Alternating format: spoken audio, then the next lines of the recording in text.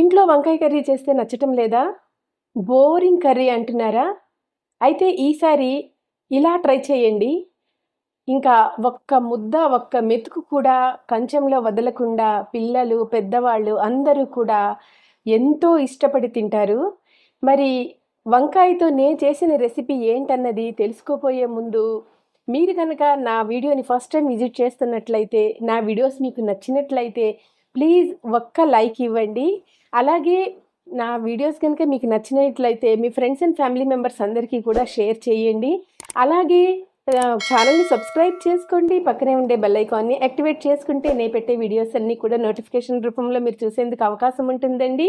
అలాగే నా నుంచి ఎటువంటి వీడియోస్ కావాలన్నవి కూడా మీరు కామెంట్ సెక్షన్లో కామెంట్ చేయండి. అలాంటి వీడియోస్ పెట్టడానికి నేను ట్రై చేస్తాను. ఇంకా ముందుగా రెసిపీలోకి వెళ్ళిపోదాం. అలాగే నా డైలీ రొటీన్ కూడాను ఎలా ఉంటుంది అన్నది మీకు రెగ్యులర్ వీడియోస్లో షేర్ చేస్తూ ఉంటున్నా. అట్ ద సేమ్ టైం ఈరోజు కూడా నా డైలీ రొటీన్ అన్నది మీతో షేర్ చేసుకుంటా. ఇంకా పదండి, లేట్ లేకుండా వీడియోలోకి వెళ్ళిపోదాం. ఇక్కడ నేనైతే మేడ మీద మినుములు ఆరబోస్తున్నానండి. మేము సంవత్సరానికి సరిపడా మినుములు అయితే ఒకసారి తీసుకుంటాము. సో అది స్టోర్ చేసుకోవాలి అని అంటే పురుగు పట్టకుండా, మాయిశ్చర్ అన్నది లేకుండా మొత్తం మినుములన్నీ కూడాను చక్కగా ఇట్లా ఆరబోసుకోవాలి. ఒక 10-12 రోజులు మినుములు చక్కగా ఎండిన తర్వాత మనం స్టోర్ చేసుకోవాలి. ఇంకా ప్రతిరోజు నా డైలీ రొటీన్ వర్క్ స్టార్ట్ అయ్యేది మాత్రం టీతోనేనండి. మార్నింగ్ లేచి మొత్తం నా డైలీ వర్క్ అంతా చేసుకొని ఇంకా కుకింగ్ స్టార్ట్ అవుతుంది అనేటప్పుడు ముందైతే టీ పెట్టుకుంటానండి. ఇంకా తరువాత మార్నింగ్ బ్రేక్ఫాస్ట్కి నేనైతే ఇడ్లీ పెట్టానండి.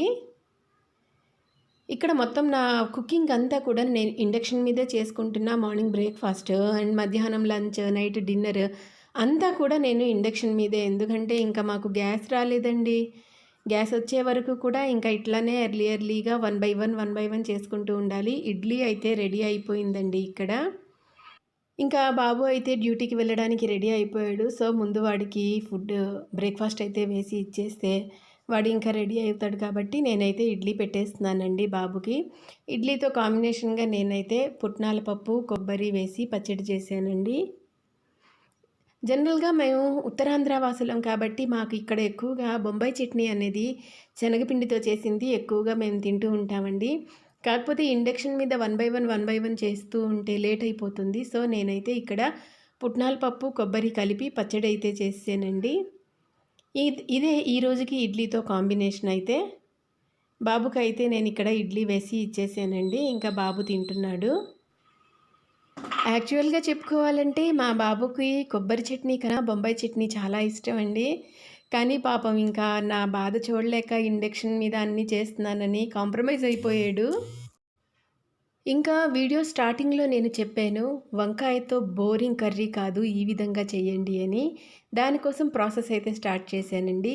ముందుగా వంకాయలు, టమాటాలు అన్నీ కూడాను వాటర్లో వేసి చక్కగా కడుక్కున్న తర్వాత కడిగినటువంటి టమాటాలు ఆ మధ్యలో ఉండేటటువంటి ఆ తెల్లటివి ఇది తీసేసి టమాటాలు 2 సగభాగాలుగా కట్ చేసుకున్న, అలాగే వంకాయలు కూడా తొడిమలు తీసేసి మధ్యలో చక్కగా ఒక వంకాయ 2గా కట్ చేసాను. ఇవి ఉప్పు నీటిలో వేసి పక్కన పెట్టేసుకోవాలండి. ఈ విధంగానే మనకు మన ఫ్యామిలీ మెంబర్స్ని బట్టి మనం ఎంత క్వాంటిటీలో చేస్తామో అనుకునే దాన్ని బట్టి కూడాను మనం వంకాయలు కాస్త ఎక్కువ తక్కువ అనేవి మనం చూసుకోవచ్చు. ఇక్కడైతే నేను వంకాయలు, టమాటాలు అన్నీ కూడా కట్ చేసి పెట్టేసానండి. ఉప్పు నీటిలో వేసి ఉంచేసామంటే ఇంక వంకాయలు రంగు మారకుండా ఉంటాయి. ఇది మనందరికీ తెలిసిన విషయమే. ఇంకా ప్యాన్ హీట్ అయిన తర్వాత కాస్త ఎక్కువగా నూనె వేసుకోవాలండి. వీటికి మాత్రం కొంచెం వేడిగా అయిన తర్వాత మనం కోసి పెట్టుకున్నటువంటి వంకాయలన్నీ కూడాను ఈ విధంగా ఆయిల్లో వేసేయాలండి. కోసి పెట్టుకున్నటువంటి వంకాయలు వాటితో పాటు టమాటాలు కూడాను చక్కగా తిప్పి వేసుకోవాలండి. ఈ విధంగా వేసుకుంటే అవి ఆ నూనెలో ఆ వేడికి మెత్తగా మగ్గిపోవాలండి. ఇక్కడ చూస్తున్నారు కదా, నేను కోసినటువంటి టమాటాలు, వంకాయలు అన్నీ కూడాను ఈ విధంగా బోర్లించి ఆయిల్లో పెట్టి మూత పెట్టి ఫ్రై చేసుకుంటే ఇవి మెత్తగా మగ్గిపోతాయండి. వీటితో పాటుగా కట్ చేసినటువంటి ఒక ఉల్లిపాయ, అట్లానే ఒక 4 పచ్చిమిర్చి మన కారానికి తగినట్టుగా వేసుకొని మూత పెట్టి తక్కువ మంట మీద మనం వీటిని మగ్గించుకోవాలండి. గ్యాస్ మీద అయితే సిమ్లో పెట్టేయండి, ఇండక్షన్లో అయితే తక్కువ టెంపరేచర్లో ఒక్కసారి మూత తీసి చూద్దామండి. ఓకే. చూసారు కదా! ఇవైతే మనకి మెత్తగా మగ్గిపోయినాయి. ఇప్పుడు వీటిని ఒకసారి టర్న్ చేసుకుందాం. ఒకవైపు నుంచి ఇంకో వైపుకి తిప్పి ఇంకొక 5 నిమిషాల పాటు వీటిని మనం ఆయిల్‌లో మగ్గించుకుందాం. నాకిక్కడ మొబైల్ చేతిలో హ్యాండిల్ చేసే బట్టి కాస్త ఆహ్, షేక్ అవుతున్నట్టుగా వస్తుందండి. సో, ప్లీజ్ ఇగ్నోర్ చేయండి.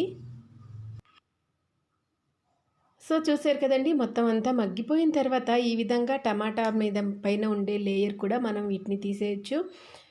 ఇంకాసేపు మగ్గిన తర్వాత ఆ పైన ఉండే టమాటాలకి, వంకాయలకి పైన ఉండేటటువంటి ఆ లేయర్ ఉంటుంది కదా! ఆ తొక్కని మనం వద్దు అని అంటే చక్కగా ఇదిగోండి ఈ విధంగా తీసి పక్కన పెట్టేయొచ్చండి. అంటే కొంతమంది ఇష్టపడరు కాబట్టి. ఇప్పుడు ఏం చేస్తారు అని అంటే వీటన్నిటిని కూడాను మెత్తగా మ్యాష్ చేసేయండి. మీ దగ్గర పప్పు గుత్తి ఉంటే పప్పు గుత్తితోకైనా మెత్తగా వీటినంతటిని శుభ్రంగా మెత్తగా గుజ్జులాగా చేసేయాలి. మ్యాష్ చేసుకుంటే సూపర్‌గా ఉంటుంది.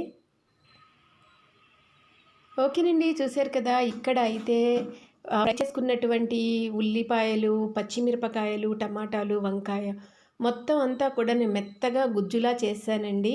ఆ పైన ఉండేటటువంటి ఆ తోలంతా తీసి పక్కన పెట్టేసాను. ఇంకా వీటికి మనం పోపు రెడీ చేసుకోవాలి. జనరల్‌గా పోపు అంటే అందరికీ తెలిసిందే. ఆవాలు, జీలకర్ర, మినప్పప్పు, శనగపప్పు, కొత్తిమీర, కరివేపాకు, ఎండుమిర్చి, కాస్త ఇంగువ. ఇంగువ మాత్రం కంపల్సరీగా వేసుకోండి. అలానే దంచిన వెల్లుల్లి కాస్త. నాకైతే ఇక్కడ కరివేపాకు, కొత్తిమీర అవైలబుల్‌గా లేదండి. సో, నేను వేసుకోలేదు. మీరు మాత్రం కంపల్సరీగా అది వేసుకోండి. అలానే పోపులో కంపల్సరీగా ఇంగువ మాత్రం వేయడం మర్చిపోవద్దు. ఇంగువ చాలా టేస్ట్‌నిస్తుందండి ఈ పచ్చడికి. సో, ఇక్కడైతే పోపు ఎర్రగా వేగాలండి. తక్కువ మంటలో పోపుని ఎర్రగా వేయించుకోవాలి మనం. ఇప్పుడు ఈ ఎర్రగా వేగిన పోపులోనే మనం కాస్త పసుపు, అలాగే ఈ పచ్చడికి సరిపడినంత కారం, సరిపడినంత ఉప్పు వేసుకొని మంట తగ్గించి కొంచెం ఫ్రై చేసుకోవాలండి. ఎందుకంటే మన కారం పచ్చివాసన పోతుంది. ఎక్కువ మంటలో పెట్టేశారనుకోండి కారం మాడిపోద్ది. తక్కువ మంటలో వేసి కాస్త వేయించిన తర్వాత ముందుగా మ్యాష్ చేసి పెట్టుకున్నటువంటి వంకాయ గుజ్జును కూడా దీంట్లో కలిపేయండి. అంతా చక్కగా కలిసిన తర్వాత ఒక్కసారి ఉప్పు రుచి చూసుకోండి. మీ రుచికి సరిపడా ఉప్పు సరిపోతే సరిపోతే ఓకేనండి. లేకపోతే కొంచెం కలుపుకోండి. బేసిక్‌గా మనం ఏ పచ్చడికైనా సరే కాస్త ఉప్పు, కారం అన్నది కొంచెం ఎక్కువ వేసుకోవాలండి. కాస్త ఎక్కువగా వేసుకుంటే అది మనం అన్నంలో కలుపుకునేటప్పుడు మనకి సరిగ్గా సరిపోతుంది బ్యాలెన్స్‌గా ఉప్పు, కారం కూడాను. ఇక్కడ నేనైతే టేస్ట్ చేసి పచ్చడి ఎట్లా ఉందో మీకు చెప్తానండి. పచ్చడైతే నాకు తెలిసి సూపర్‌గా వచ్చిందండి. ఎందుకంటే నేను చాలా సార్లు ఈ పచ్చడి చేశాను. కాకపోతే ఒకసారి మీకు కూడాను చేసి చూపించాలి అని చెప్పి ఈసారి మీకు చేసి చూపిస్తున్నా. సూపర్‌గా ఉందండి. ఎక్సలెంట్‌గా ఉంది. మీరు కూడా ఒక్కసారి ట్రై చేయండి.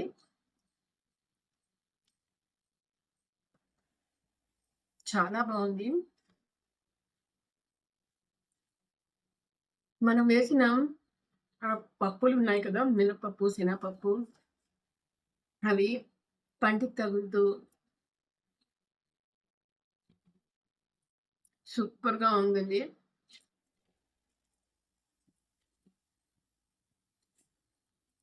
కాస్త పులుపు, కాస్త కారం కారంగా, పప్పులు నోటికి తగులుతూ ఎక్సలెంట్‌గా ఉంది. మీరు కూడా ట్రై చేయండి.